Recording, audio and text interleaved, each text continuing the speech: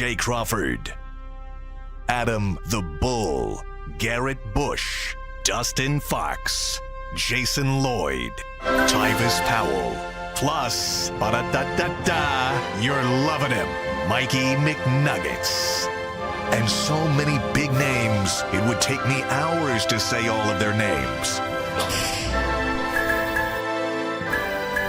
The ultimate Cleveland sports show starts now. Booyah! All right, Big Friday. Welcome to the Ultimate Cleveland Sports Show. 90 minutes here, 30 minutes on WKYC. Lot to get to, obviously. We're going to talk a little bit about the Cavs, who are trying to extend their winning streak to 6 to start the new season. Wow. And I like their chances, too. It got a lot easier because the guy that scores 1 million points a game is out. Yeah.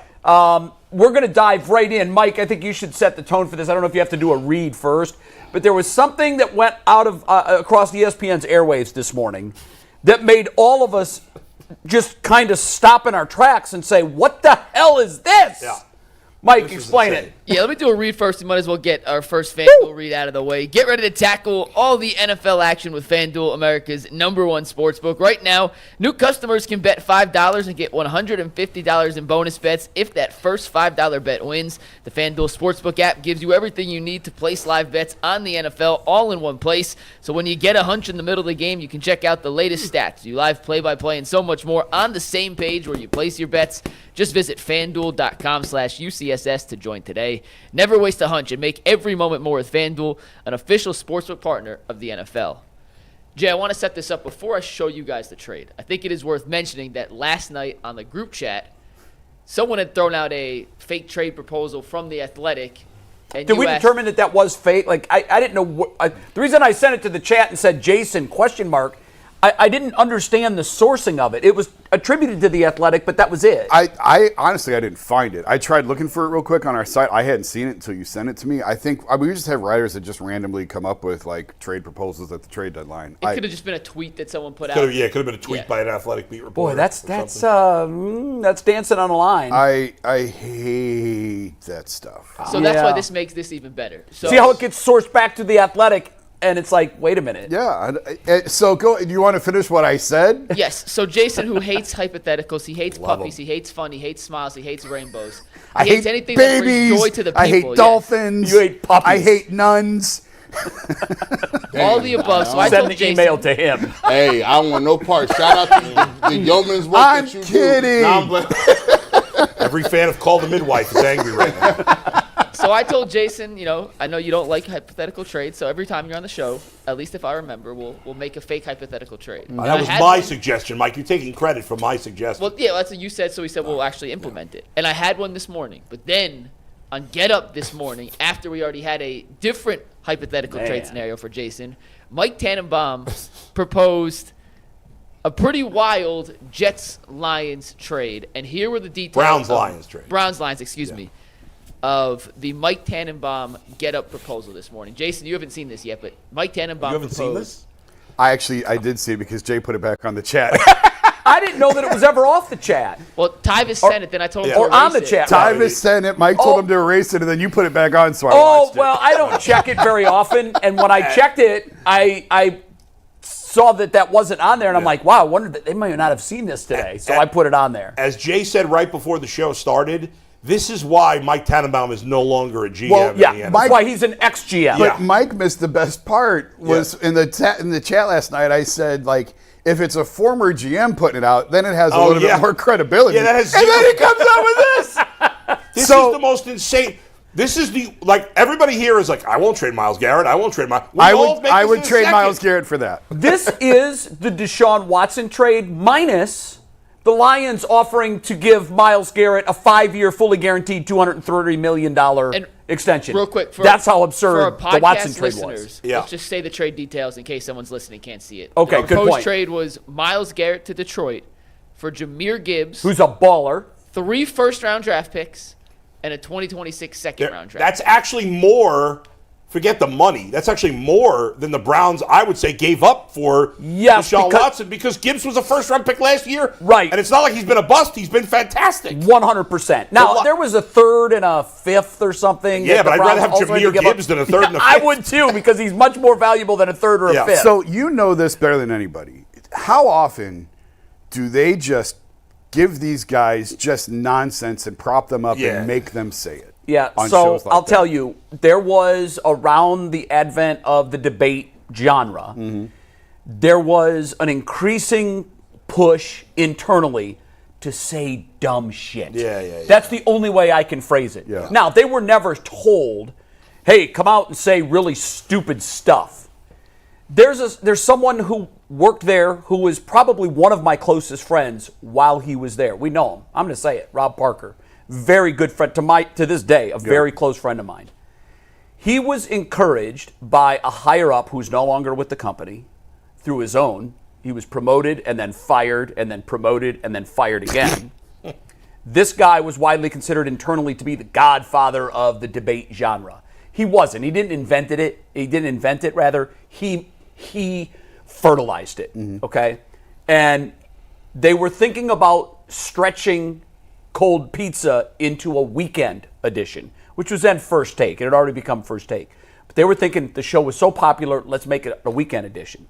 And Rob was told by a higher up, look, I want you to be one of the Skip and Stephen A's on the weekend show. But I need you to, I just need a little more out of you. I need you to say things that make people say, what did Rob Parker just say? Yeah. And so, it was, and I don't think it still is. I think that ship has sailed, but it was encouraged for people to, out-stupid one another. Yeah. It may have been the very next day, but it was certainly within a week. I happened to be off, which still to this day makes me sick. I would have shut Rob down. I would have said, wait a minute, Rob, hold on. No one did.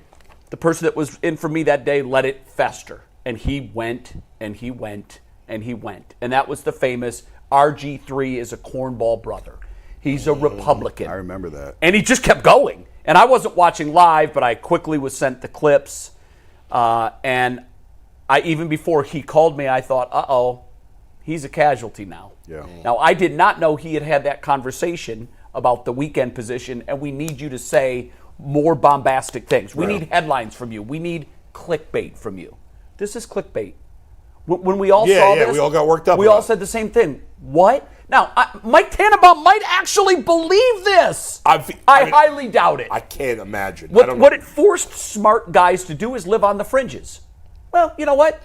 Let me go someplace that no one's willing to go. But if he's doing that, he deserves to have his credibility ruined. I got no sympathy for him if he's just doing that. Because he's a former GM. Right, that's ridiculous. Yeah. I mean, And he needs to push back and say, listen, guys, I can't do this. I can't. Right. And look, I'm not there anymore. Yeah. I don't know that he's felt any internal pressure to do this. Yeah. He's been there a long time. He's made a name for himself.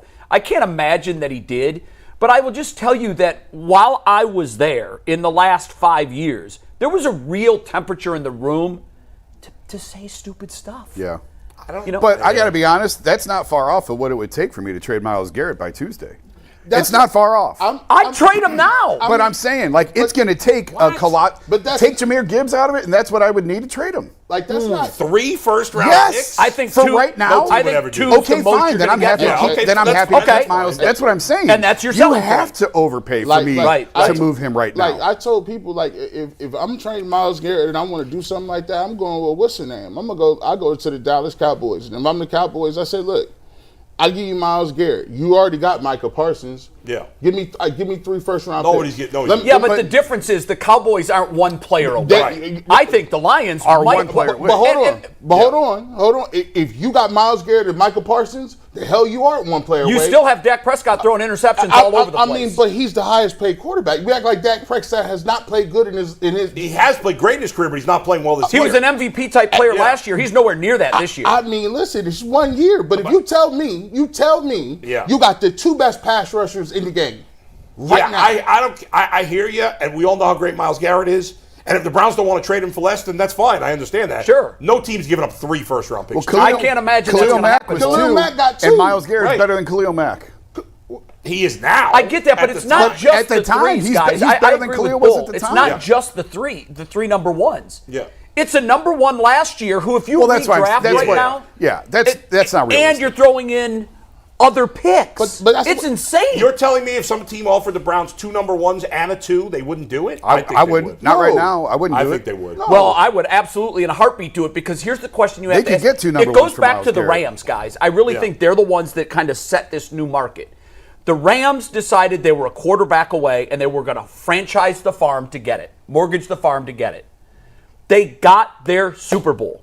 Yeah. So if you go back and you poll Rams executives, to players, fans, was that trade worth it? Hell yeah, it was worth it Sure. in the moment. And by the way, because they've drafted smartly since, they haven't hit the bottom end of the talent cycle like most teams you would expect, like where the Browns are Right, when yeah, they mortgage the farm. So I think ultimately you have to ask this question before you give away a haul like that. Is he definitively the difference maker? And I think from looking at what the Lions have done this year and where they are and where they finished last year, I thought with Hutchinson, they were a Super Bowl team. I really did. I don't know that they are now. And if you think internally that you are absolutely a Super Bowl team, remember, like the Browns, this is a team that's never been to the dance. So it's going to mean something to get there. Right. I'm not saying that they would make that trade to get there. Yeah. But if you're asking yourself the Rams question, if we do this, do we win? We'll pay the piper down the road. But if we do this and we feel that it infinitesimally improves our chances to win, do it. You're talking about picks that are going to be 29, 30, 28. Right. That's true. So, But it's still currency. right. And we miss on those picks regularly. All the time. Of We But miss if you every just week. assume the Browns are going to miss on their picks, which is not necessarily unfair, but then what's the point of making any I'm trade not for any assuming- amount? Well, I'm and not- here's the thing: it's the Yeah. it would be the Browns' second first-round pick. Yeah, So right. they would pick 11th, Right. 7th, wherever they end not, up. That's true. I'm not assuming they're going to miss on the picks. I'm assuming they're going to be at the bottom of the first round, though. Right. So at And that's most, fair. maybe you need to bundle those two to go up and get the quarterback you want, whether it's this year or next year or whatever. What did they give up for Khalil Mack? Do we remember It exactly? was Couple two of first ones rounds. plus. It was 2 1s plus more. It was 2 1s, right. and we did this literally the other day. It I was thought 2 1s, a they second, also and a got a sixth. 2 with Khalil Mack. Does this weigh into the equation? Myles was the defensive player of the year last year. I think we all agree he's not having anywhere near that kind of a season. And that's right why now. I think a team won't pay. Yeah. No, and It's that's funny- why if they would drop a first rounder from that, give us 2 first rounders, Gibbs, and the other picks, I would still do it. There's no way the Lions are trading Jameer Gibbs. What's funny- I just don't see this anyway. I don't think they would either. Why Yeah. would they? That would hurt their chances this yeah. year. What's funny, obviously last night was trick or treat. One of my daughter's friends was over trick or treat in our neighborhood. I drove her home, dropped her off. Her dad is from Detroit, huge Lions fan, huge. And he came out to the car and I dropped her off, and he said, "Are we getting your guy?" And I said, "I don't think you trade him." And he goes, "I don't want him." He said, "For the what he would cost and the contract number, we've got enough guys to pay." He said, "I want Za'Darius, not Myles." more Oh, sense. that's interesting. And I thought that was very, and that I think That for makes both more sides. sense for that. It's Yes. more responsible, Yeah. Yes. for sure. Yeah. Will he get you the Super Bowl? I don't know. And then if you could go But he back makes you and better. But if you could go back and revisit the trade, I think down the road you just forget about what it's going to cost you. You have to make sure that you are going to be a solid Super Bowl contender with Myles Garrett. And by the way, has anybody seen a defensive drop off in the Lions since Hutchinson went down? I haven't. I haven't Their been pass close rush enough numbers to- have gone down. But Okay, they're but still- I mean the results, the final scores, they're the still points beating the allowed. crap The out of ultimately, the Lions are going to win because their offense is great. I agree with and I'm not. If I'm the Lions, I'm not messing with Jameer Gibbs. I mean, he's too important to what they do. That combination of him and Montgomery. What if you did this? What if you said, well, we would need a running back in return, and we'll take Nick Chubb off your hands? What do you mean? Chubb as part of and the trade. Myles. Yeah. So that trade, but Yeah. you're also. Oh, you're- hell no. Could you imagine? Could you imagine? Hey, turn the page, bro. You would I'm not literally talking about have this. Y'all on your killing me. on your Y'all lost- on y'all your done lost football us. obituary, Yeah. the guy that traded Myles Garrett and Nick thanks. Chubb on the same day. I refuse to even entertain that idea, so we're going to move on to some more. Wait a minute, before you topics. do. I have the Mac- Nick Chubb is not under contract for next year. No, I know he's not. But what I'm saying is the Lions would, if you lose Gibbs, who gets those carries? Right, I hear what you're saying. So from a Lions standpoint, I might look at that and say, well, give me a running back. G will not entertain this conversation. No. I'm just saying he's not under contract for next year. But if I'm the G Lions, would throw up Kool-Aid if that happened. if I'm the Lions, I'm not trading Jahmyr Gibbs. I don't Hey, care. listen, I'm not either. I like Jahmyr Gibbs. Let's not make him Barry Sanders, man. Like, this fantasy talk about Jahmyr Gibbs. I like him. You don't even start. Do we start? They're Splits carries. co-starters. Listen, you're not going to tell me. Would you trade Jahmyr Gibbs if you were the Lions? Forget the Browns being involved. Bro, if I'm getting Myles Garrett, Jahmyr Gibbs, and Montgomery can go. What are you talking about? Myles Garrett is a top 5 player in this league. Don't matter, though. You can't. Y'all told one me. defensive. Bull. Y'all told me for years Yeah. it's just a running back. A running back. You can get him anywhere. Y'all tell me that every week. I've never said that about Nick Chubb once. I'm talking about Jahmyr Gibbs. No, but you know what's But I funny? think Jahmyr Gibbs is a special player, So too. he's special? I think he is. He looks it so far. Yeah, G. he's been fantastic. He looks it so far. And you know what? Last night on Monday he got night, to put it together. I need to see some all pros, man. If you're, I'm just saying, it doesn't matter. It's the Lions. We don't care. If I'm the Lions, I'm not trading from the strength of my offense when I could trade draft picks to get a defensive lineman. right, I agree with that. Last night on Thursday Night Football, they made a point about how some of the last couple of backs that have been traded have worked out great. And they were talking about Joe Mixon, who, by the way, and had a Herb Street great said season this. for Houston. Herb Street looks like Herb Street said it looks like he's a rookie again with his energy and the way he's running aggressively and hitting holes. And they were talking about Mixon, but they brought up a couple of other running backs that have been McCaffrey. traded. No, I mean running backs that have been traded. And they said, Yeah, McCaffrey was traded.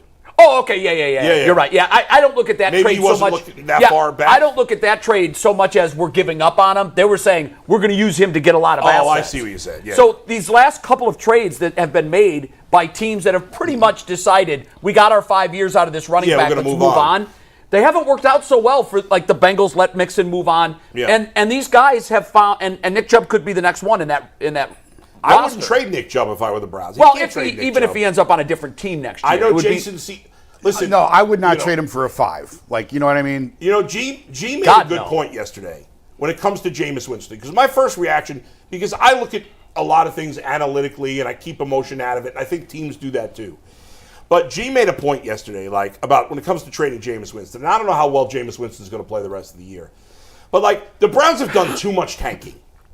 Yeah. You can't keep doing that. No. And you know what? If you have the right GM, and we've seen this with the good teams, with the Steelers, with the Ravens, like, it doesn't matter if they're drafting 10th or 20th. They're going to find good players. They make it work. So the Browns need to have a GM. I don't know if they do or not, but if they, and so they can't tank to get the third pick instead of fighting for trying to get into the playoffs just to get a 4th round pick for Jameis Winston. I don't look at trading Jameis as tanking. I look at it as getting value for an asset that's not going to be here next year. No, but you could also say that he gives them the best chance to win right Absolutely, now. And yes. so if you take him out of the equation, there are some that would look at that and say, "Oh, you're tanking. You're not doing the best thing to win the game on Sunday. Right. You're doing what's the best. I mean, I long-term for the thought they should have franchise." played Jameis a month ago. I know we got to move on. I want to ask Jason one quick question to sort of put a bow on this before we do. If they lose Sunday Yeah. and fall to 2-7, Yeah. you know, all hope at that point has jumped on the ship and it's set sail. Yeah, that's a different story. Yeah. So if they are sitting at 2-7 when they wake up next Monday, Yeah. what are the chances that Myles is gone, that Chubb is gone? Are they going to blow this thing up if they lose? I don't believe Myles gets traded before. For nothing. I don't think that's an in-season move that you Okay. make. I Especially 'cause don't think. he's hurt. Right. He's not playing Right. great. I don't think you trade Nick because I'm just pointing out he's not under contract Right. for next Right, year. no, yeah. And there's no guarantee he's back next year. So Exactly. again, you're trying to obtain value for an asset. And you'd get very little for him. And to me, that's why I don't move Nick Chubb, Yeah. because he means more to this organization. It's insulting to him. It's insulting to everyone to trade him for like a 5th-round pick. Yeah, Like, what are you going to do with that? I would rather keep him, try and work something out in the offseason, see if you can bring him back. Everyone else is on the table as far as I'm concerned. Zadarius, Greg Newsome, Dalvin Tomlinson, Wyatt Teller? Jameis. Sure. Do you think we'll see that? Will we see like a wholesale? Yes. I think Okay. if they lose, I think even if they win, I think Zadarius very likely is gone. I think Dalvin very likely is gone. Greg Newsome could be gone. It's interesting though. I Watching wouldn't the trade Jets, anybody if I won. I'd want to fight. We to could have get that players. conversation Wow. Monday when we know right? if It they've won would or make more lost. sense then. But watching the Jets last night was fascinating to me because Herbie said at the Open, "Boy, life has changed for this team since we last walked out of this building. We left; they were 2-1, then they'd lost 5 in a row. Yeah. 2-6. The buzzword during the broadcast was it's a dark space. They're in a dark space.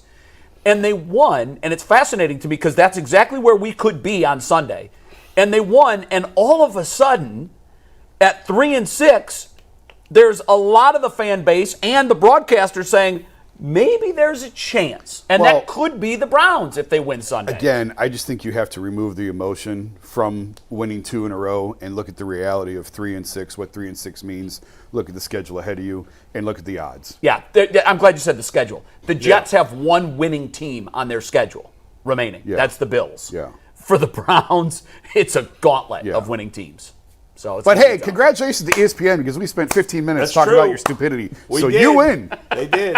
All right, let's get into some more specifics of this weekend's matchup against the Chargers. If you want to go, be in attendance for the Browns-Chargers game on Sunday, see Jameis in person, you better be using Game Time to get your tickets. Game Time Picks is a new feature on the Game Time app that filters out fluff to show you only incredible deals on great seats so you don't have to waste time searching through thousands of tickets. Game Time Picks has priority seating, which makes it easier to save money on sports, concerts, comedy, theater, and more. You can toggle in the all-in pricing feature so you can see the total up front with no surprise fees at checkouts, plus their lowest price guarantee. Make sure you get the best deal on the internet, or Game Time will credit you with 110% of the difference.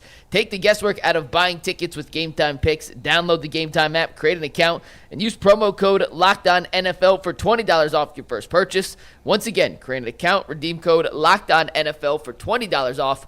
Download Game Time today. What time is it? Game time. Game time. Guys, David Njoku did not practice on Friday with a bit of a nagging ankle injury. It's the same ankle that kept him out earlier this season for 3 games.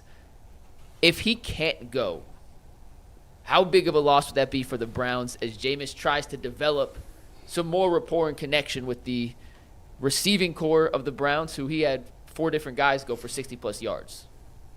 I think it's a significant loss, but I don't think it's as significant as the 2 other losses they already have in Ward and JOK, because those guys are the second and third best players on the Browns defense. But right now, Jameis has done a great job, or did a great job in that first game, of spreading the ball around. I mean, he had 4 guys, 60 or more yards. So, if the question was, is it a bigger loss than those defensive guys, I would say no. But David Njoku's a top 10 tight end now in the NFL, I think. And even though those numbers aren't great, I don't really blame him too much. And he was hurt. He missed 3 games. Yeah, and so, I mean, he's an important piece of, I think, what they're going to do with Jameis going forward. So it would be a significant loss, but it's not going to change my opinion on the game ultimately. I don't think David Njoku is going to move the line. You know what I mean? If he doesn't play, he's not going to impact the line. But for what they do on offense, I mean, he showed last year how valuable he can be as that middle of the field option. And I just remember some of those running catches he had coming off some of the Flacco passes. So I'm kind of with Bull. I think it's significant, but I don't think it's you throw your hands up and say, well, they can't win the game now. Right. I'm curious to see Jerry Jeudy get a little bit more involved. Obviously, if Cedric Tillman can capitalize on what's been a pretty good 2-game stretch for him. So whether or not David Njoku plays or not would not impact whether or not I would pick the Browns to win this game. Yeah, they fresh. All the rest of them should be good and ready to play because they weren't getting the ball before, and now they should be fresh and energized and ready to go. Jordan Akins has made some plays this year. I think David Njoku is worth maybe 2 more catches, maybe 20 yards or so. But Jordan Akins is a guy who's shown he could catch the football. What's the guy's name again? They'll dust Whitehorse off. White Crest. White Crest. White Horse? Yeah, White Horse. Great heart. White Crest? Is that it? No, it's not White Crest. Oh. It's not Crest whitening strips. Right. What is it? It's White Heart. Hey, man. White Heart. Hey, man, Lionheart, man. Isn't that Listen. a country song, White Horse? Right. They dust him off and they get him together, man. We be good, man. We gonna run this football. It's a good song. And plus, Great song. This segment is sponsored by Spreadonomics.com. What? Spreadonomics.com. Explain. You should be spreading this rock everywhere. do. Spreaditaround.com. Just, you know what I'm saying? Slather the peanut butter and jelly on the bread and let's get it done. And like Jameis is going to throw the ball to whoever open. Elijah Moore caught balls, Jerry Jeudy caught, and Cedric Tillman. Hey, this is a great time for you. We all thought, what did we say when he got drafted? big body receiver. He's supposed to be getting red zone targets. Turns out that he wasn't getting no red zone targets before last week. But let's see if he gets them red zone targets, a couple fades, something. So I'm excited to see what it is because Jameis Winston is an equal opportunity employer. You throw the ball to anybody who open. I love your optimism. I do. But I think to say that, well, they've got Jordan Akins who can catch passes, I don't want to completely minimize his impact on this offense. No. Look, are they better with him? Of course they are, 100%. Is he a difference maker? I don't think so. I don't think in this game he's going to, he would have been a difference maker. And to your last point, which I love, Jameis is just, you get a pass, you get a pass, he's the Oprah Winfrey of quarterbacks. Look at the numbers last week bear that out. He doesn't care what number you're wearing. If you're open, you're getting the rock. And so I think that they do have quality backups. They're definitely not as good as Njoku, or they'd be starting. So there will be an element that's missing, particularly around the goal line. Boy, he's had some tremendous catches in that hard-to-work area. Yeah. So I think he'll be missed there. But like you said, I don't think it's moving the line. I don't. So if Njoku doesn't play, your options are Judy, Moore, Tillman. Who do you think ends up becoming Jameis's number one option on Sunday? I think the guy that was his number one option last Sunday is still his number one option this Sunday. I think Tillman, they've built a rapport. You could tell in crucial moments he did feel comfortable going his way. And every quarterback, when they make a switch to a new team, they have zero chemistry with any of those guys unless they played together before. They feel it out in practice. They feel it out in games. And then they ultimately become most comfortable with one of the guys. And I think through 5 quarters of play or whatever we've seen Jameis, I think he has decided that 19 is a guy I can trust. 19 is a guy that runs good routes. He's where he's supposed to be when I need him to be there, which wasn't always his reputation early on here. So I think that he's going to continue to be the workhorse for Jameis Winston. Guys, in 2021, the Browns drafted Anthony Schwartz in the 3rd round, and he was a total disaster. Total. 2022, the Browns drafted David Bell in the 3rd round, and he's been a total disaster, and now he's hurt for the year. So in 2023, when the Browns drafted Cedric Tillman, and he didn't do much as a rookie. In fact, a lot of things he did were negative, including running wrong routes. Yep. It was easy for us to all think that he was going to be a nothing or a bust or whatever, too. Sure. And 2 games doesn't prove that he's not. But after almost a year and a half of essentially doing nothing, just like the other 2 guys before him, he is intrigued. I'm intrigued by him now and what I've seen the last 2 weeks. The last 2 weeks, he has looked like a legitimate quality, I don't know how quality, we'll see as time goes on, wide receiver. Like, he's running the right routes now. He's catching the ball when it's coming his way. Until now, some of the biggest things we remember about him were screw-ups, not any big plays. So I'm fascinated by what I've seen from him the last 2 weeks. And I don't know, maybe I'm getting too carried away after 2 games, but I'm very high on him going forward this year. I agree. I think, for the entire receiving corps, one thing I've been disappointed in a little bit this week is, we've kind of diminished, what type of game that they played against the Ravens. I know people are saying, the Ravens don't have these people, their secondary is bad. Listen, it's still the Ravens. Let's not get it twisted. It's the Baltimore Ravens. Who's diminishing it? People will say, well, the Browns. Backups. They had backups. And there's been a lot of qualifying. They dropped a lot of picks. I'm like, listen, man. I think that's as impressive as the win gets. And you got a bunch of young guys who haven't been playing well. When they look over and see the Baltimore Ravens coming to town, trust and believe, they get your attention. It's the Baltimore Ravens. So you put up some numbers, especially for young players and guys like Elijah Moore who haven't really been getting the football. Jerry Jeudy was just throwing helmets the week before. Then you turn around and now guys feel like, I can get the ball. These guys are coming into this game high off the hog right now. They're feeling good about themselves. Now, here's the thing that I want to see, and all of us is probably talking about it, is can you put it together 2 weeks in a row? Yeah. Was that an aberration? Right. Can you put it together 2 weeks in a row? Because good teams and good quarterbacks, if you're missing your tight end and it ain't Kelsey, they ain't talking about that. It's a tight end, we'll get another one and we're rock and roll. So I want to see how they come out. And if they do miss a guy like David Njoku, is it business as usual? To your point, Tillman's probably given them more than Bell and Schwartz ever did combined. Oh, sure. already. Yeah. With the one game he did. Yeah. I mean, I'd actually like to see Schwartz's career numbers and Bell's career numbers and compare Add it up. to what Cedric's done this year. Well, Bell did have those 2 touchdowns against the Bengals in Right. Week 18 last year. Right. Which you have to count them. It was That was- a yeah, but throwaway that was game, but against you all still have to count. backups. Yeah, but you still have to count them. There is numbers. They deserve to be on the All ledger. right. But I'm going to go with Jerry Jeudy just because of what they've invested in him. Maybe it's wishful thinking, but you got to get something out of Jerry Jeudy. And That's the mentality that made us keep Deshaun Watson on the field. no, but I mean, But Judy's playing at least at a play. I mean, he had a good game serviceable last level. week, Yeah. So he's I'm not just playing Deshaun Watson bad. Yeah, but I don't know, like, Deshaun Watson, when he drops back to pass, isn't thinking, well, we paid Judy a lot of money. I got to get him. No, absolutely not. But I'm just saying, like, there's something there with Jerry Jeudy. Obviously, the Browns saw enough to trade for him and give him that contract.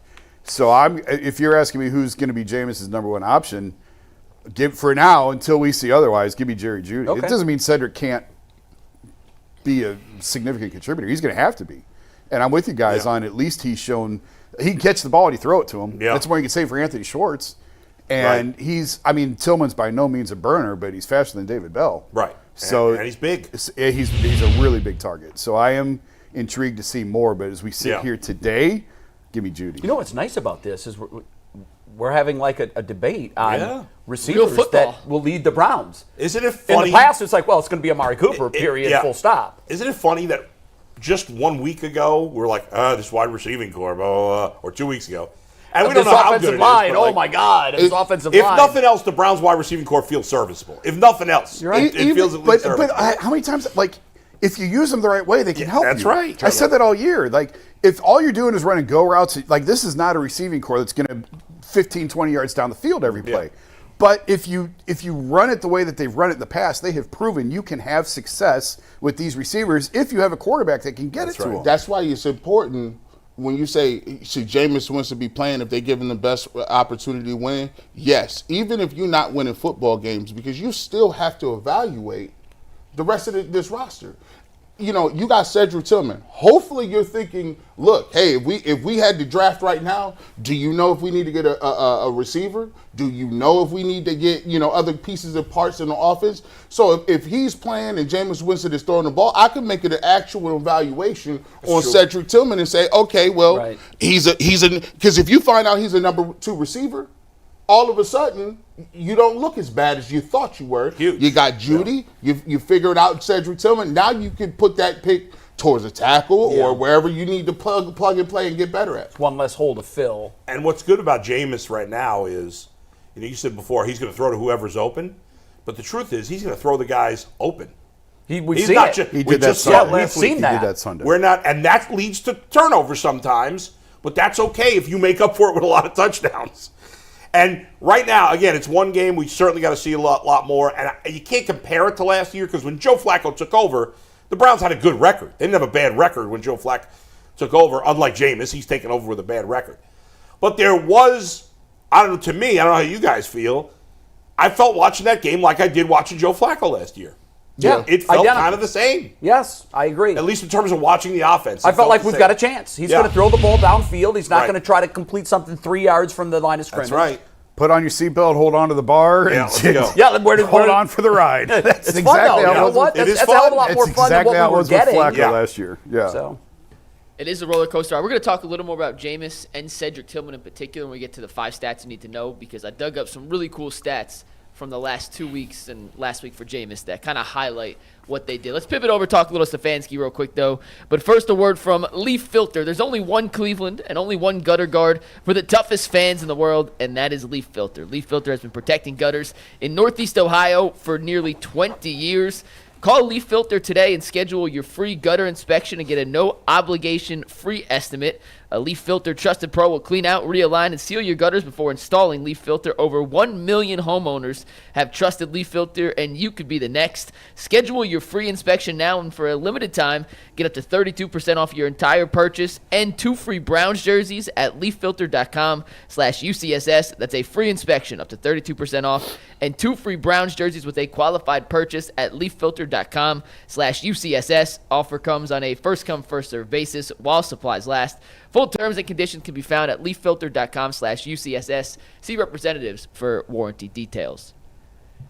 Kevin Stefanski gave up play calling, became CEO Stefanski last week, and I'm curious if you guys think, now we've had about a week removed from the situation, do you think that approach of a more CEO as opposed to a play caller actually had an impact on some of the little things in the game, like the Browns cutting down on their offensive penalties, better communication, getting the play calls in more quickly? Do you think giving up play calling actually impacted that aspect of the Browns' performance against the Ravens? We talked about on Monday, I think he was a little bit more active in meetings during the week in terms of sticking his head in different positional group meetings. I actually think the biggest help to the offense was probably moving Mike Vrabel onto the offensive line and having him help those guys. We talked about it. He was very active the last couple of weeks, getting more involved with offensive line meetings during the week, installation during the week, and all that. And then on Sunday, I told you Zach and I were watching him on the sideline quite a bit and how much time he spent with the offensive linemen in game during the game. So I think that was probably very significant in cleaning up some of the offensive line issues, not to mention getting Wyatt Teller back, obviously. That's a big help. And DeWine played well at left tackle. Regardless of the PFF grade, I thought he did fine. But, it's certainly a new position for Kevin to be in. It's the first time he's ever been in that spot of being on the sideline, being in charge, and not having the play sheet in his hand. And I'll say what I've said 100 times. Truly, I don't know that I care if he calls plays or not. I think he's earned the opportunity to make that decision himself without interference from anybody else. If he wants to call the plays, he should call the plays. If he doesn't want to call the plays, if he feels like last week was great and this is the way he wants to go moving forward, regardless of how long he's in Cleveland, whether it's the rest of this year or 5 more years, if he doesn't want to do it, then fine, don't do it. But I think he's earned the right to make that decision himself one way or the other. I agree with that 100%. We don't have enough really to body work one game. Right. Mm-hmm. So we don't know. But we can only judge on what we've seen. And what we saw was a cleaner game, less stupid penalties, and that's probably a byproduct of him spending more time with all the position groups and all the meetings. And he also has to understand that I don't think we any longer have a referendum on, is this the play calling or the offense, or is it the quarterback? Because that was the unintended baggage we got with Deshaun Watson. We were looking at it this year, even though the Stefanski offense had a lot of success last year with a lot of different guys, particularly Joe Flacco. By week 3, there was a lot of split between Browns fans. Stefanski's got to give up play calling. It's the offense. And then there was a lot of the Watson supporters that were saying, nope, or Watson detractors rather, saying it's Watson. He has to go. That referendum to me is over and buried. This is Stefanski's offense. This is the one that looked beautiful last year and took them to the playoffs with someone other than Watson. It was the same offense that looked garbage when Watson was the trigger man. And it's the same offense that once again looked really good on Sunday without him. So for me, that referendum is over. Stefanski's offense is just fine. You need the right guy running it. And for all of this trying to fit the square peg in the round hole, or let's blend the offense to fit what this quarterback likes, because we can't blend the quarterback to fit what the offense does, it's simple to me. This offense is perfectly fine. It is not broken. It works with the right guy. So I want to see more games. I want to see, do they continue to play smart football without stupid penalties? Because that had been their trademark all year. So, and by the way, my inclination on that is we will continue to see a cleaner product. And I love your point about Mike Vrabel. In that footage there, when you watch Vrabel practice, that dude is out there coaching like he's still playing. He's running sprints hard 100% every single time. Why? Because he wants to set an example for all of his other guys that are out there with him. Obviously, we didn't see him in Tennessee. I don't know what kind of coach he was in Tennessee, if he was doing that kind of stuff when he was the coach of the Titans. But I do think that he's enjoying his time in Cleveland. I know it's been a miserable year in terms of record, but I think he's probably not having the stress of being the man in charge, of being back in his hometown. I think he's really enjoying it. But the one thing I would disagree with you on, they did change the offense from last year to this year. This wasn't really the Stefanski offense that we saw early on in terms of blocking schemes. But we did that to appease the quarterback. Correct. Yes. So to me, I can't judge that. I can't harshly judge the offense or the architects for that, because that wasn't their decision. Kevin's offense works when you have a quarterback who can run the My system. God, we've seen it. Look at the quarterbacks that have had success in this offense. Yeah. It's guys that have looked really crappy in other places too. Yeah. In some cases. I mean, again, It's the Shanahan offense. It's the Kubiak Shanahan. The offense that they're running in San Francisco and having great success with is what he's trying to run here. It's what he's trying to get to. And at times it's looked great. At times it hasn't.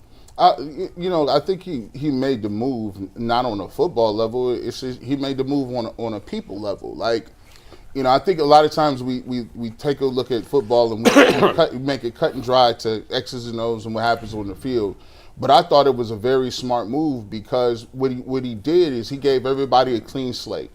When he gave over play calling at that point in time, he goes to Ken Dorsey and he goes to Jameis Winston and says, listen, hey, I believe in you guys. I think you guys will call a great game. We already know what you guys are capable of. And when you believe in somebody and give them an opportunity, because look, Ken Dorsey is probably a little upset that he wasn't calling plays to start the season. Oh, we talked about that. He's probably Go back and listen to his answer in training camp. Sure. He probably didn't sign up. He thought he didn't sign up for that. He came here thinking he was going to call plays. So think about it. And I think Kevin Stefanski said, you know what? I'm going to give you a shot. And Ken probably didn't expect him to turn it over because we didn't expect him to turn over. You still think that it came from Stefanski? Yes. And he wasn't told. No. I think Kevin Stefanski is a much better psychologist than we give him credit for, because he's a man of very few words. We get the chance to speculate about a lot of different things. And that helps you and hurts you in certain circumstances. It helps you when you can go to a person and say, look, hey, I thought you thought I was going to call the plays. No, I'm not going to do that. I'm going to concentrate on a lot of other different things. And just think about that. Ken Dorsey has probably been sitting there thinking about his first 10, 15 plays in his script for about a whole 6-7 games. Sure. He's like, hey, when I get my opportunity, I'm going to crush it. Because he thought, hey, this is a guy, Ken Dorsey, who just not a few years ago was thought of as a brilliant mind. He was with Josh Allen. They was throwing for a boatload of yards.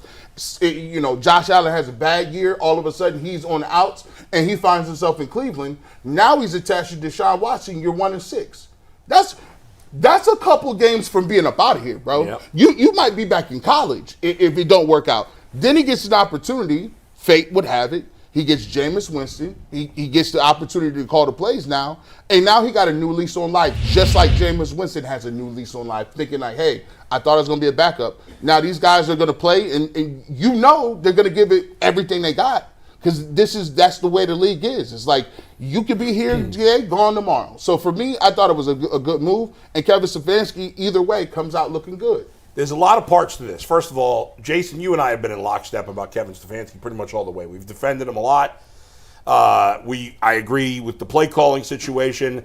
This was the first time this year, a couple of weeks ago, that I was like, he should give up the play calling. But it had nothing to do, from my perspective. A lot of fans wanted him to give up play calling because they didn't like his play calling. For me, it had zero to do with his play calling. For me, it felt like this was the first season since he'd been head coach that he didn't have, like, I always feel, and I'm not saying there haven't been examples where they've been bad, but in the first 4 years with Kevin Stefanski, for the most part, I thought he did a good job with timeouts, and he did a good job with clock management. And this year he was not doing that. And I think, when a player has a bad season, Darius Garland had a bad season, we don't think, oh, well, this guy's necessarily going to suck the rest of his career. He's just having a down year for whatever reason. Well, coaches can have a bad year, too, for a variety of reasons. He lost his most important guy, or arguably his two most important guys, between Van Pelt and Callahan on offense. There's an adjustment there. And I think, listen, I still don't totally buy that Kevin gave up play calling by himself, but I want to believe he did, because I think it's better for the organization if he did. Yeah. And if he did, he may have come to a realization at some point this year where he said, I thought it could just be business as usual, and I could call plays and it's no big deal. But I don't have that backing that I used to. Right. I don't have it. I lost safety net of those guys. Yeah. And those guys took care of some of the parts of the offense, and now I've had to do more, and so now I need help. So, okay, Vrabel's part of the offensive staff. Okay, I'm not going to call plays. Yeah. Now, and yeah, maybe this week there'll be a disaster and there'll be bad clock management. I don't know. But it did feel like in this game that it got back to him being in control of the team because of the changes he made. Yeah, I agree with that. That's a great point with losing two key guys. Yeah. And he sort of brought two guys with a lot of experience. Mike Vrabel's a head coach. Mike Vrabel's an NFL coach of the year. And so if you're not using this guy in the right way, shame on you.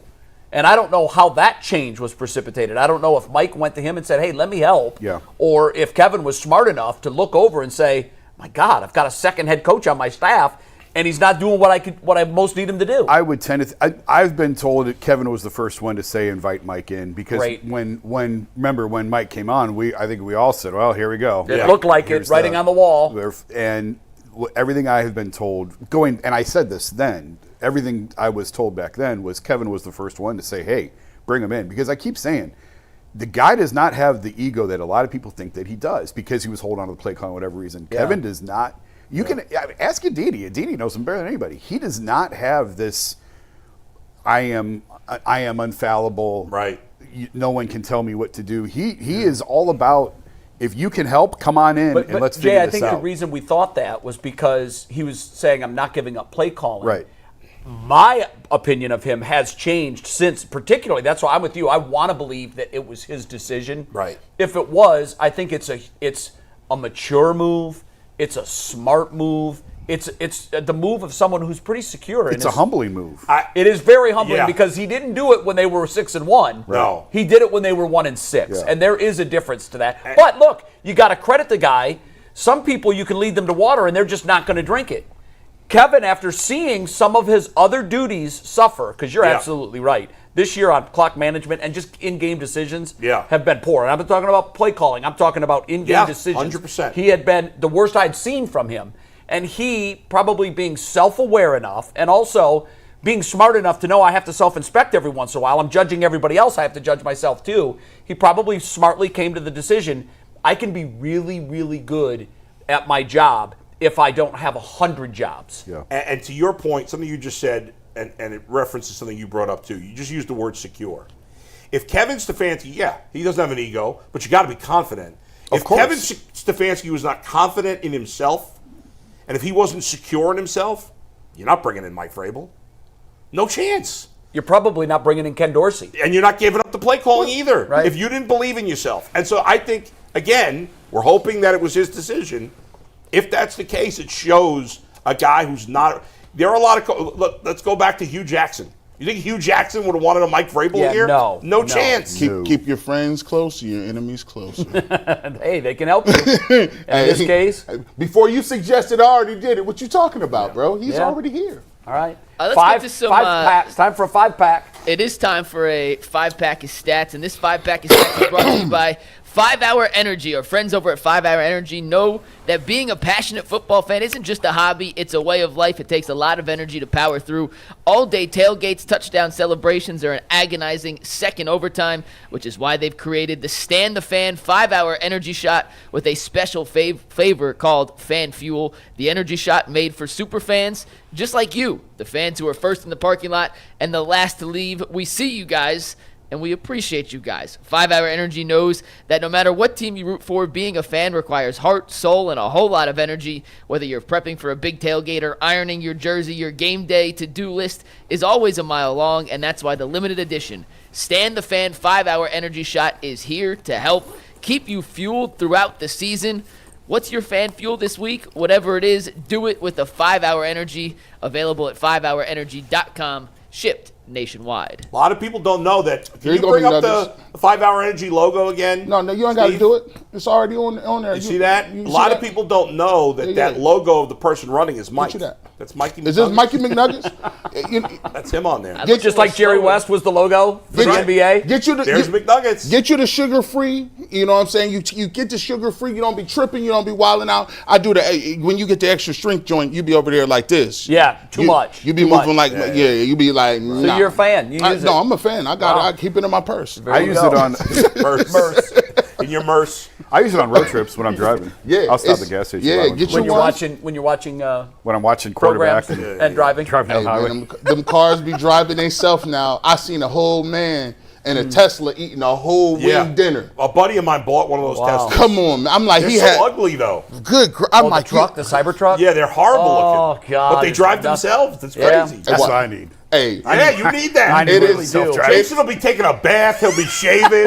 And it's built like a tank, so if you do get in a wreck, you're okay. Yeah. this is rich people stuff. Yeah. Like if you live in a community where Jay is, they'll have a town hall meeting on you. Like they'll be like, I mean, you got that thing parked in the cul-de-sac. Do we really need that? Yeah, Can you put that in the garage? In the roundabout, your car is just an My property value. Yeah. Come on, it's plummeting. Yeah, Cybertruck. Got a military installment on my street. All right, Yeah, guys, they're not the prettiest things. No. We got 5 stats. We're going to fly through them. We're going to do Fence Riders real quick, then we'll talk about a little Cleveland sports odds. But the first stat comes back to something we've kind of talked about earlier today. Was the offense broken because it never worked, or was there individual personnel issues? We talked about earlier in the week the number of 300-yard passers the Browns have had. In 5 of their last regular season games that weren't started by Deshaun, they threw for 300 yards. Flacco threw 4 times. Jameis did once. Driscoll did not throw for 300. Deshaun never, obviously, threw for 300 in his Browns tenure. So I went back further. 300 is a lofty number, right? What about 200 yards? So I went back since the Kevin Stefanski's been the starter. Steve, you can take the graphic now. This is the percentage of starts throwing for 200 yards. Oh, my God. In 19 starts in the Kevin Stefanski offense, Deshaun threw for 200 yards 6 times. That's 32%. Wow. Flacco, 6 of 6, 100%. Winston, obviously, 1 of 1, 100%. Driscoll didn't make the list. He did not reach that 200-yard plateau.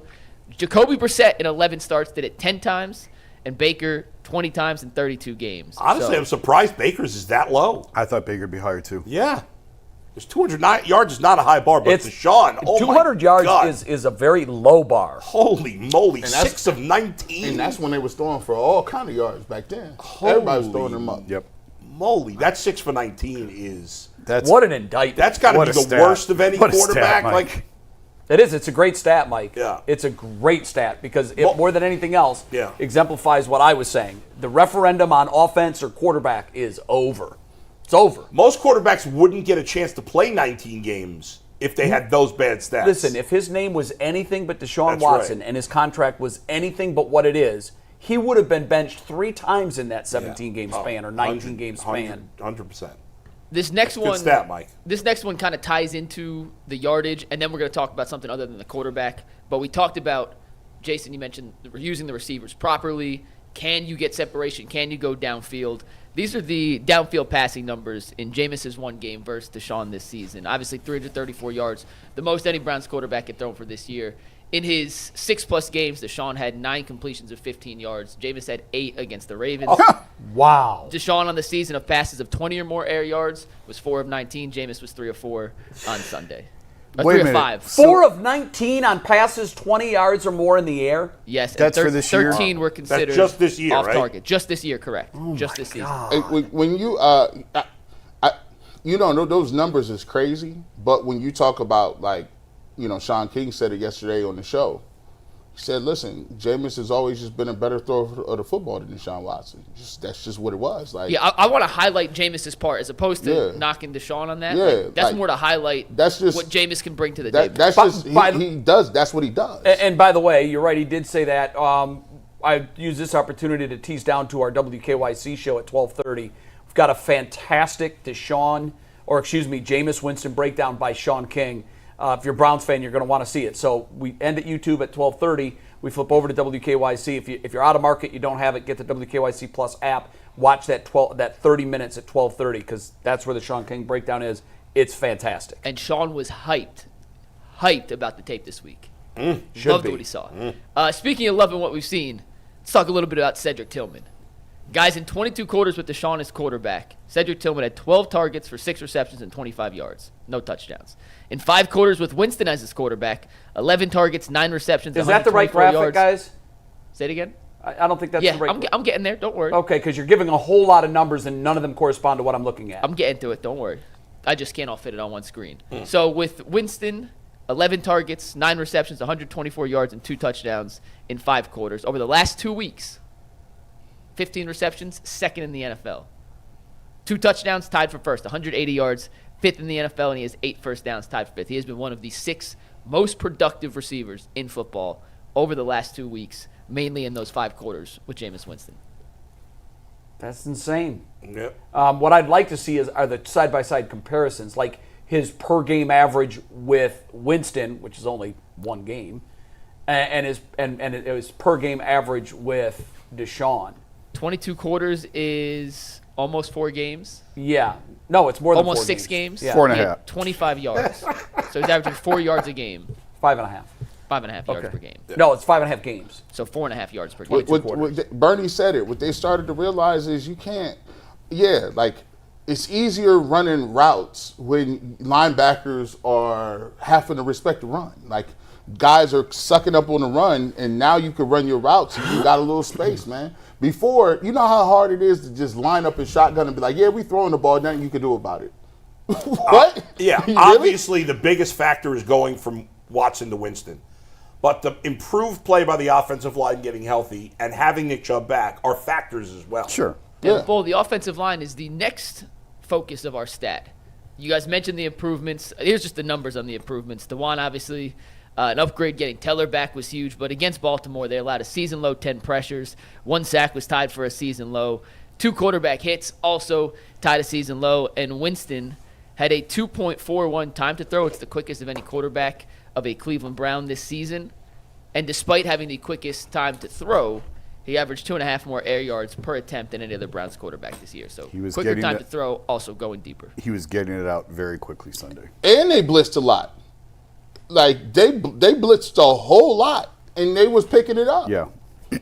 I'll just take this opportunity to say if your next one is related to a Winston and Watson It comparison. has nothing to do with the offense. Okay, but I was just going to say, Quarterback. Deshaun, you may want to turn the channel. this You has may nothing want to to. do You with may the want to go quarterback. somewhere else. Maybe read your Twitter feed. No, don't No, do that. don't do that. Don't do Everybody- that. Don't do that. Maybe go for a walk. He's not walking. That was bad. Yeah, you're Go right. for a roll. Go for a roll. See, this is why. This or- is what y'all be doing. Or if you're watching and you know Deshaun and you send him things like this, don't send this. We need to keep that. I away think from I him. think they've blocked half of America on his Twitter account. So You're right, Twitter's yeah. probably Maybe he's back in Saudi Arabia where they block. Oh Lord! Oh Lord! Come on! Come on! He was in Saudi Come Arabia on. where you're not allowed to be on Come the internet. Come All right, last on. stat that's worth noting. true. So last week against the Saints, the Chargers duo of offensive tackles, Joe Alt and Rashawn Slater, allowed 0 pressures. Wow. Just the second time all season, a pair of offensive tackles has not allowed a single pressure all season. That time in the pocket allowed Justin Herbert to be PFF's top-rated player last week in the entire league. Now, that's interesting because both Myles and Za'Darius had 9 pressures each against Baltimore. So we got strength on strength here. 2 of the best playing tackles in football against 2 of the better playing edge rushers in football on Sunday. Yeah, so that, Mike, sounds like the matchup within the matchup, really. Miles had 9 pressures? I He didn't. did. Are you kidding me? Wow. I double-checked on 2 different tracking systems. PFF Man, and I must have Stats. been. I must have been grabbing a snack or going to the bathroom during all those. Even when it feels like he's not doing anything, he's doing Miles something. was once again PFF's highest graded Brown in the game. It'd be it'd mean, be that- wild. I'm Like, just saying, like, it, they start their ratings with, okay, Miles is the best. Now who are we going to rate below him? fair, but he And they did also play, yeah. start on the other end. Hey. they say, okay, DeWand is going to be the lowest, Yeah, and but- everybody else will be Maybe above they can him. get 3 picks and Jahmyr Gibbs. Let's go. but I went back. Let me tell you, where did PFF have Mike Hall Jr.? He played a nice game. I watched. He did. He I was watched it again. mid-70s. Okay. Where was he? Okay. Mid-70s. Okay. Oh, yeah, I he- thought you said 50s. I was No, like, no, wow. he played very well. He played a I nice thought he game. played well, He played too. a real nice I think that's game. an appropriate We talked grade for about him. it, I think, Thursday, but he popped off the screen. Yeah. Guys, we're going to do no fence riders in 10 minutes. We're going to do 5 of them. You guys ready? Yeah. Let's fly through it. No Fence Riders today, brought to us by FanDuel. You can tackle NFL action with FanDuel, America's #1 sportsbook. Right now, new customers can bet $5 and get $150 in bonus bets if that $5 bet wins. The FanDuel Sportsbook app gives you everything you need to place live bets on the NFL all in one place. Just visit FanDuel.com/UCSS to join today. Never waste a hunch. Make every moment more with FanDuel, an official sportsbook partner of the NFL.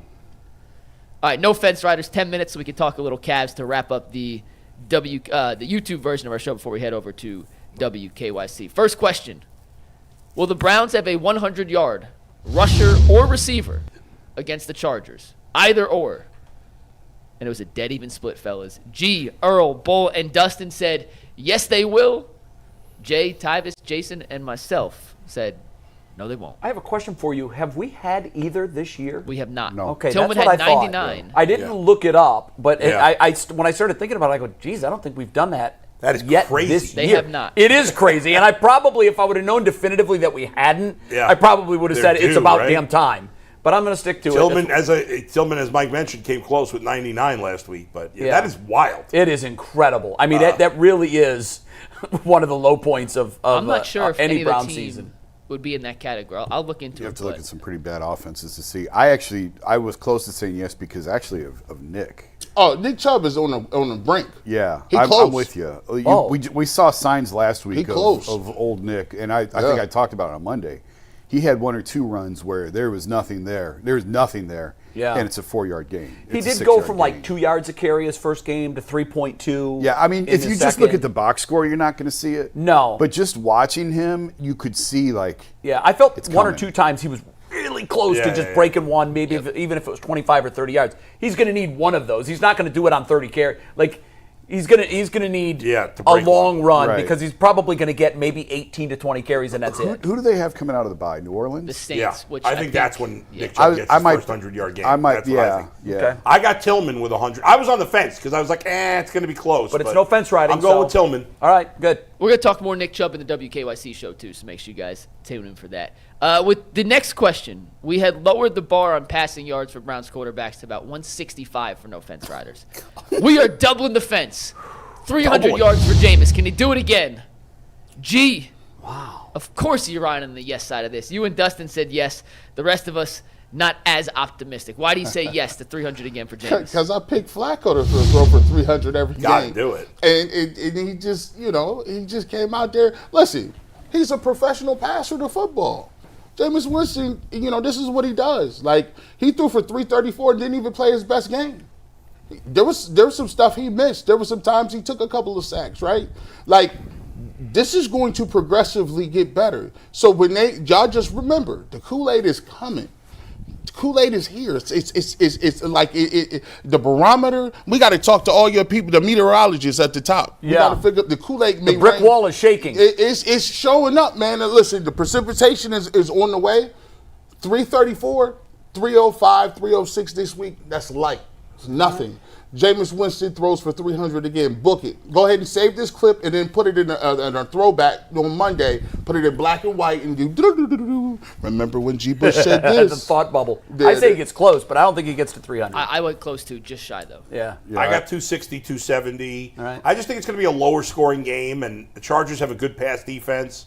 I think he'll have a good game, but I do too. I don't think he's going to throw for 300. I actually think that was about peak Jameis. I think that's as good as you get. I'm afraid with that him was on too. Sunday. Yeah, I mean, think about it: 3 touchdowns, no picks. Right. That's not a typical Jameis Winston line, although he may have turned the page from all those interceptions. But I just think the likelihood that he does it again against a team that's got a really good defense. I will say, though, he's one of the few quarterbacks in the history of the league that's thrown for 5,000 yards. I mean, he's thrown for 5,000 and a few 4,000s. Yeah. Like, it ain't like he just forget. And by the way, I'm cool with y'all can preface interceptions. As long as you give me 2-1, I'm cool. That's what we said about Flacco. Like, he's going to turn it over, but he's going to give you opportunities That's right. on the back end for big play opportunities. It's a gambler, That's the next question, essentially. What number's higher on Sunday? The number of touchdowns the Chargers score as a team, or the number of total Jameis Winston turnovers? Now, I preface this with saying you can't say the same. You had to pick one or the other. So even if you thought it'd be 2-2, you had to choose sides. Earl J, Jason, J, Tyvis, and Bull all said Chargers touchdowns. Myself and Dustin went with the turnovers. It's funny because this is a weird question because both are negative. Right. Yeah, they weren't competing. Yeah, right. They weren't competing with one another. It was a weird one. So it was, and I thought maybe I just misread it, but then I read it again. And I'm like, no, that's what he's asking. Yeah, right. I know. That's what. By the way, in that picture there, can you put that back up again, guys? Yeah, one sec. It kind of looks like we're about to break that fence. It is in. No. Dustin's about to get crushed. No. And that nugget too. It looks like Jason's ready to eat the nugget. It looks like Jason's a snowman on top of the nugget. No. Jason is in that person's yard. Like he's like they know fence back there. Jason actually looks like he's riding the fence. And he's ready to get that nugget like a Tyrannosaurus Rex is ready to get a little kid in Jurassic Park. Can I say why I went turnovers real quick? And Yeah. granted, Yeah. I think it ends up being the same. I made sure that you couldn't pick the same though. Yeah. I think the Chargers are going to really struggle to move the ball against the Browns, and I ended up going with 1 touchdown for the Chargers. And Jameis got away with a few throws that could have been intercepted last week. I'm not sure you're going to get that same turnover luck. I think it's close. But I don't think the Chargers' offense is explosive. I think the Browns should have a really good defense. I don't think they're explosive either. That's really funny because I went. You'll see when we get to the headlines. I went with 2 scores for the Chargers, 2 touchdowns, and I figured Jameis is good. He's going to turn it over, but hopefully it's only once. Yeah. Okay. All right, next one. We'll make this one quick because we only have one person opposite the rest. Well, the Browns have 3 receivers / tight ends have at least 50 receiving yards against the Chargers. They had 4 with 60 last week, and they do 3 with 50 again. Dustin's the lone naysayer here. He's probably. Negative Nancy. I mean, I don't know. That 50's was a lot. not a high bar, especially That's if we're true. It's only talking 3 with 50. If you're talking 250, 260, 300, Yeah. G's got him for 450 Sunday. Yeah, 457. 3 for You know what I'm 50. saying? He's going Dan Fouts. I got to make up for that 4,500. Like, wait a second. I still owe the Piper on that. Dustin picked Jameis to throw for over 300 yards. He did. That doesn't really make much sense. Dustin answer. 7 receivers with 48 With 40. yards. Spreadonomics.com. My God. Hey. Well, Petonio's going to have 70 yards receiving, apparently. Michael Dunn. There was Like, a you player got to there. math it out and figure it out. I can just see Dustin's like, no.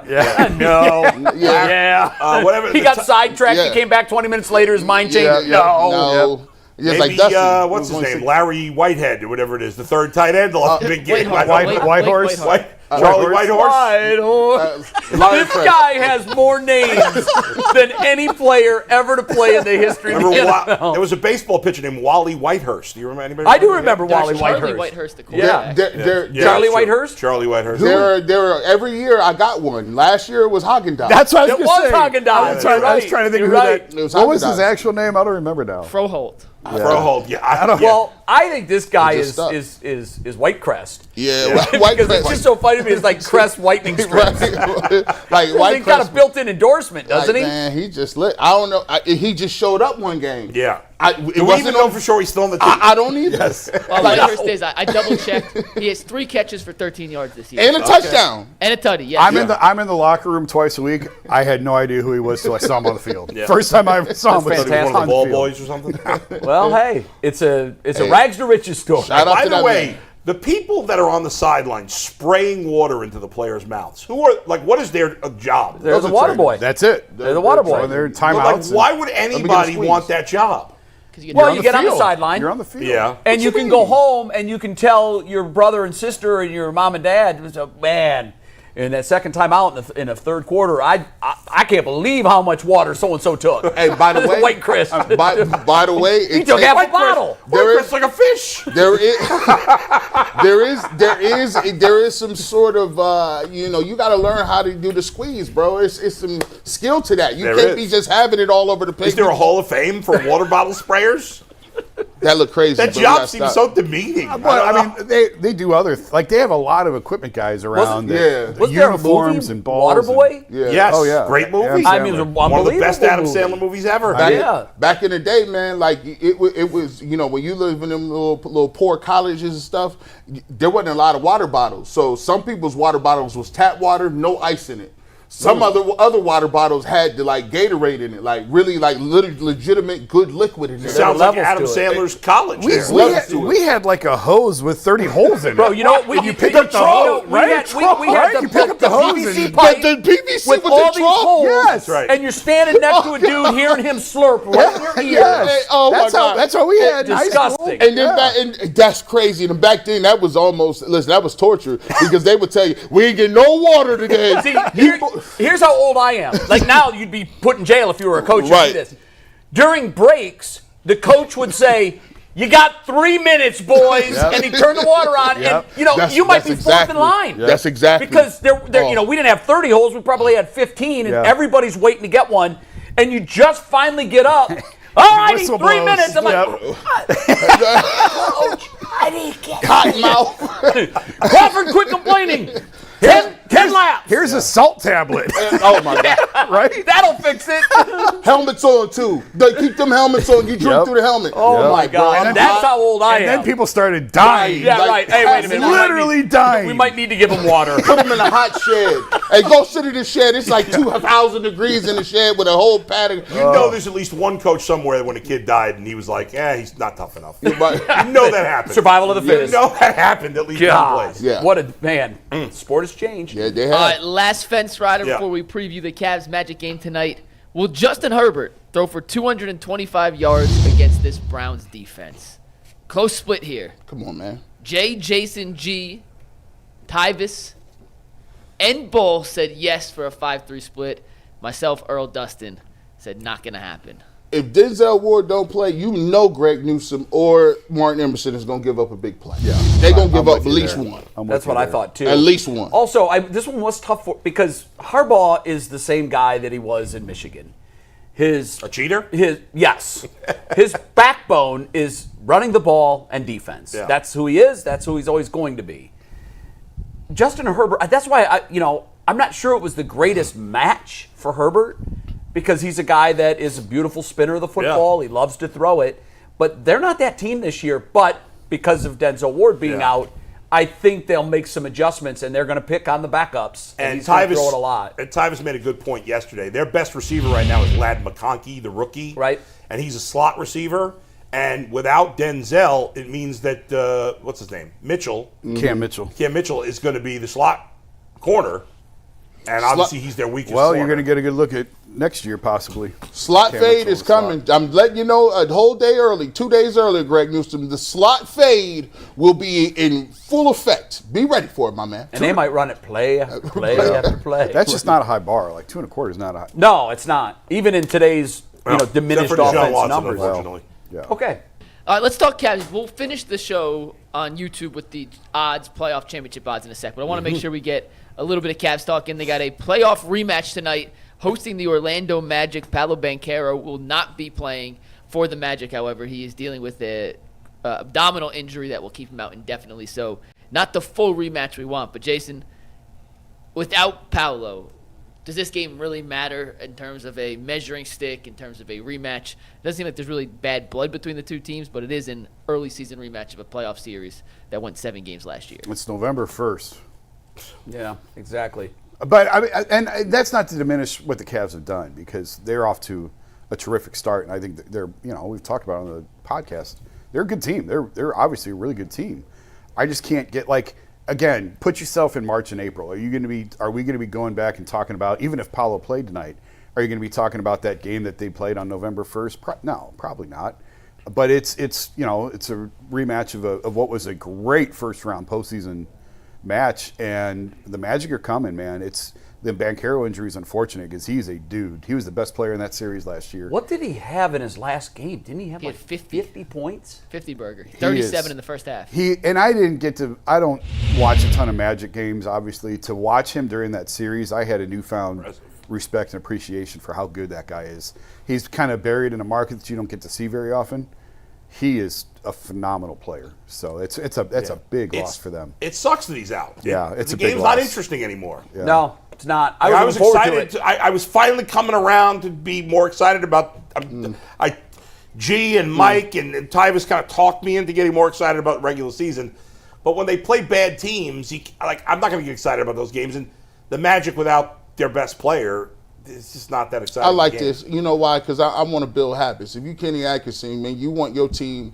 The Cavs need to get to a point where they are a team that plays the same way all the time. We don't care if your best player there. We don't care if it's the Celtics with all the good superstars. We're going to play the same way. We need to build certain habits, and they're playing a different style. So, yeah, it may not, for us, it may not really mean too much, but for them, I want them to get locked and loaded in the style that they're going to play right now. I want them to consistently be aggressive no matter who's on the court. And plus, for you young guys on that team, listen, it's time to reestablish. Darius Garland, after last year, we reestablishing this year. You need to be back on that all-star team. Evan Mobley, I need you, defensive player of the year type season. Plus, I need you to be on the all-star team. See, it's a lot of dudes that need to establish themselves in the league right now. And if Evan Mobley wants to take the next step to be a superstar, I need him to be the superstar like he's playing right now all season. So, yeah, I'm looking forward to the Magic. And I don't like the Wagner brothers. I don't like them at all. I don't either. I'm going to be real. Him and his brother, listen, I ain't never seen no tough guy Europeans. I ain't never seen it. They think they tough guys. We're going to get y'all, too. We're going to catch y'all. I told you we was going to Jokic catch is y'all. pretty tough, no? Jokic? You don't want to mess with the Jokic brothers. I mean, he's from Eastern Europe. Like they aren't the Wagners from Eastern Europe? They had Wagners are German. They had villages coming down, and they were still playing basketball outside. They had they came from wars, and they were still getting in. Jokic is a different animal. But listen, I'm gonna tell you what, I'm excited to watch it because look, they done got rid of the Knicks, who I like what they did. They came in and got Bronny and his dad up out of here. Now we're going to get an opportunity to run it back with these Wagner brothers. Listen, you got a chance to go 6-0. Whew, I like it. I am excited to watch it for that because I want to see them get shut down. Yeah. And I have a pretty good feeling that they're going to without Banchero. I think I peeked ahead yesterday because they're 5-0. Mm-hmm. I want, what's the best record that the Cavs have ever started with? And I thought it certainly would have been in the LeBron years. I thought maybe once they would have gone 8-0, 9-0. But you got to go back to the late 70s. Yeah, we looked it up the other night. They started 8-0. Yeah. 8-0. And The so then I Miracle looked at the Richfield schedule. year, I think it was. Yeah, it was the Bingo Smith Yeah. and that team. So I go back. The next two are against Milwaukee. They have a home and home against the Bucks, who have Correct. not been good this year. Have not at all. And so I think it's unlikely that they win in Milwaukee. But you start looking at this team doing something historic. Yeah. And I do think the Orlando game is most likely in the win column, unless they blink. If they've got to, what I like is, and I think Atkinson said this after the game against the Lakers, we're trying to maintain our intensity. Donovan Mitchell after the game said, our first quarter looked good, so I challenged the guys and said, you got 3 more in you? Because we found out last year that at times this team looked like no one could beat them. And then at other times they looked beatable by just about anybody. So I think if they stay focused, they can get past Orlando with their best player out. And I think they've got a chance to take 2 against Milwaukee. And then you're sitting at 8-0, and that's historic. And I think this Cavs team, so far, very early, you have such a small sample size in the bank. Mm-hmm. But this Lakers team looks to be pretty good. The final score was out, whatever it was, 27. They're scoring 130. 3 of their 5 games, and they could have run the Lakers off the floor. They hammered the Lakers. They pulled the dogs back. Yeah, they hammered them. They could have. The Lakers even waved the white flag. They tried to make a late run in the third quarter. They really didn't get close because the Cavs answered their spurt with a bigger one. Yeah. And then LeBron was done, and everybody was done. LeBron said he couldn't even appreciate the scoreboard acknowledgement of him and Bronny back together, and the whole place cheered for him. He said, because we were getting our ass drugged at that moment. They and were. He's right. Jason, let me ask you. And I got one more thing on the Cavs. Yeah, but you wrote a really good column about LeBron and Bronny, and it was a good read. And so that was about him. But did you talk to him at all about what he thought of the Cavs? I didn't get the chance. He did make some comments about it. I talked to him in the locker room. Yeah. But we were just catching up and talking nonsense. Right. And then post game, he had so many people around him. It was really difficult for me to even get out of him. Was this your last game here? And He's told you no. he said probably not. No. Yeah, he said probably Well, not. that last line of your column when you talk about, I can't remember exactly how you put it, but like maybe he's going to play till Bryce gets here. Well, he said he was joking, but yeah. he said Bronny told me I have to stick around now until Bryce, which is 2 more years, and I said he was joking.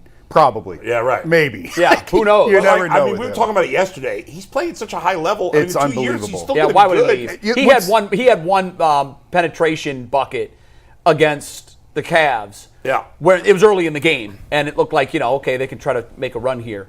And I'm like, okay, that looks like LeBron from 10, 15 years ago. He had a drive in a dunk down the lane early, like might have been their first basket or one of their first baskets, and he looked like he was 6th point of the game. Yeah, Yeah. it looked like he was 30 again. It defies logic. Next We've year, never seen anything like it. Next year is the 10-year anniversary of the Cavs championship. Talk about time flying by. That's Next that is year, nuts. You're right. Who ever thought in 2016 LeBron would still be playing At a high level? How do you bring this team back and acknowledge them? I mean, Kevin's still playing, Kyrie's still playing, so you can't have like one night. It's going to be hard to get the LeBron's still You know playing. what? He's never had a season in which he's averaged fewer than 20 points. Correct. So he's done that for 21 years. And I think, for me, that's when he will say, like Michael did, no, I'm not going to keep to going. that point, I'm curious what you think. Just sorry to cut you off, but we were talking about this yesterday. Like, Yeah, go ahead. I think LeBron at 2 years from now could play like Magic Johnson. I do too. Where he's got he could lead the league in assists. Well, that's where I was going with Yeah. this. Where I was going was he's never had a season where he scored fewer than 20. Yeah. And he's nowhere near falling below that line right now.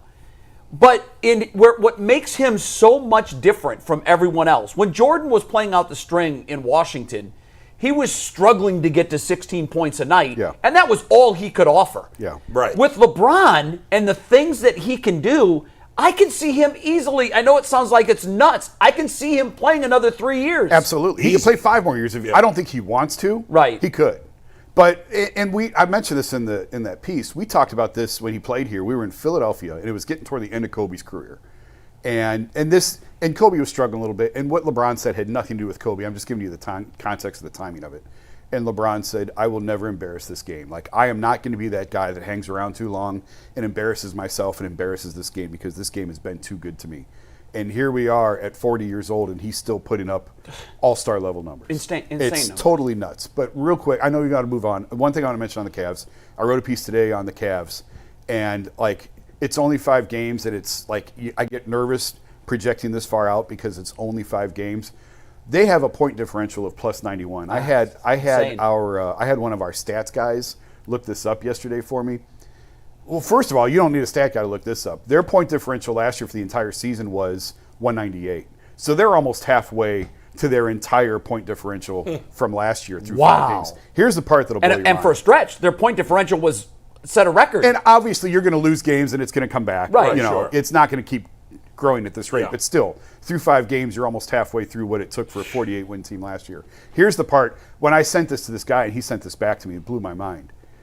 Through the last 4 teams to be 5-0 with a point differential of at least 91 all went to the NBA Finals. Wow. I got another stat for you, including Jason, just like Boston that. last year that won the championship. Yeah, see, the problem with that continuing is you've got another one of those in their division, in their conference. Yeah, I mean, again, it's only 5 games. But when you look at, I think it's happened 8 times in history, 5-0 with a point differential of at least 91. And the last, I believe, I have it right in front of me, but I think it's the last 4 all went to the finals, including Boston last year and That's the Warriors the year they won 70. But the year the Warriors won 73, they started 24-0 and had a point differential of 340. That's just that's astronomical. off and running. Throw them out. That's never. When's their first game against the Celtics? I'll look that up in 1 sec, but I have one more stat for you on the Cavs that plays off what Jason just said.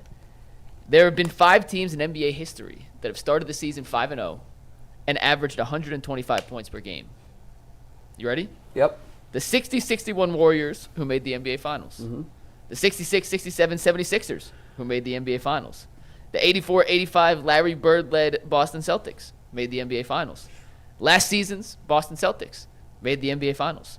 And this year's 2024-2025. That's wild. Cleveland That is Cavaliers. insane. I mean, so you have to temper it and say it's only 5. Right. It's only 5. But when you look at stuff like that, Historically, yeah. it at least what I want people to get from that is they are on a course that you don't see very often. What are they doing, It doesn't mean they're going though? to sustain it for the next 77. What are they doing that's They can't not miss. sustainable? They can't miss right now. Mike's exactly right.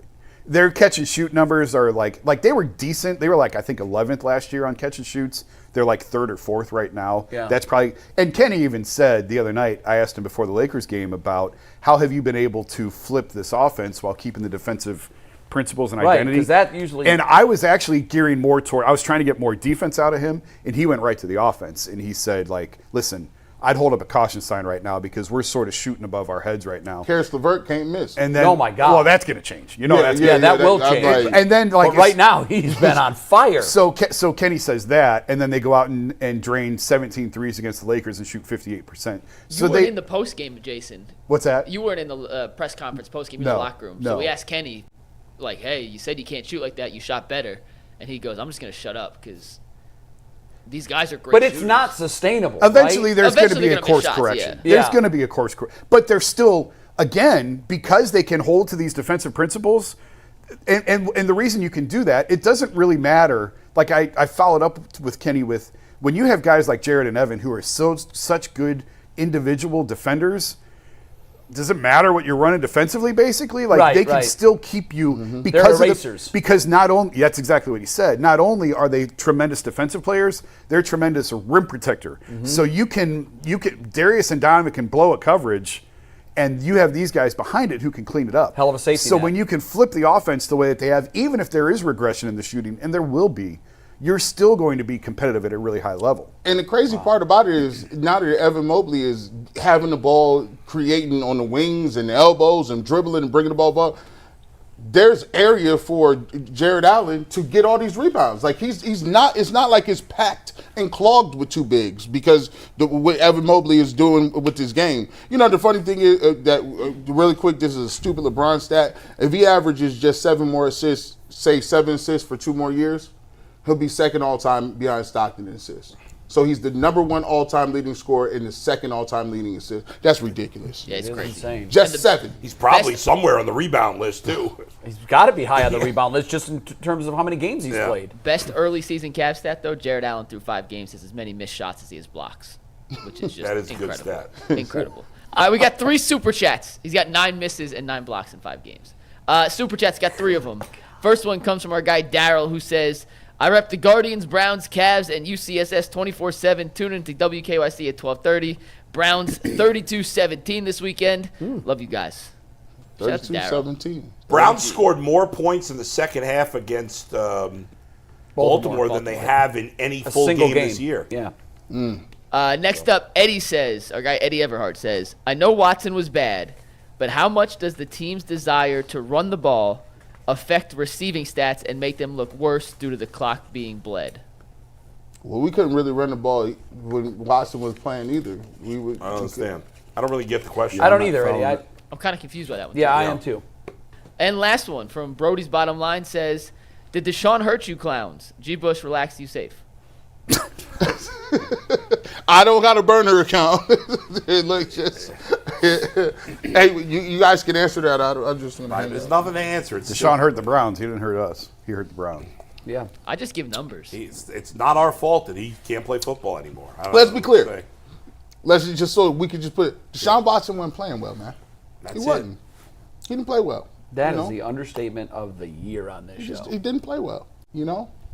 Real quick, this is actually important, but Daniel Oyefusi, who covers the Browns for ESPN, tweeted out that Denzel Ward and Njoku returned to practice today. Ward, who was diagnosed with his 6th concussion, was not in a red no-contact jersey, which means he's in the latter stages of the concussion protocol. So maybe he can play. Wow. I would think he will. Dang, bro. They're not putting him out there That's without a the red. shocker. Yeah, that's a big shocker. Let me find out. I need to figure out how he accelerate that concussion protocol. That's accelerated, man. Yeah, I don't know. There's degrees of these, obviously. Maybe it was a mild concussion and his recovery is faster. I know we haven't talked much about it yet, but the injury to JOK, 10 seconds. And he's out. Do we know how long this could linger? I think probably a couple weeks, I think. Okay. I don't think it's anything more than that. Okay. All right. Hey, flip over to Channel 3 WKYC. or the WKYC Plus app.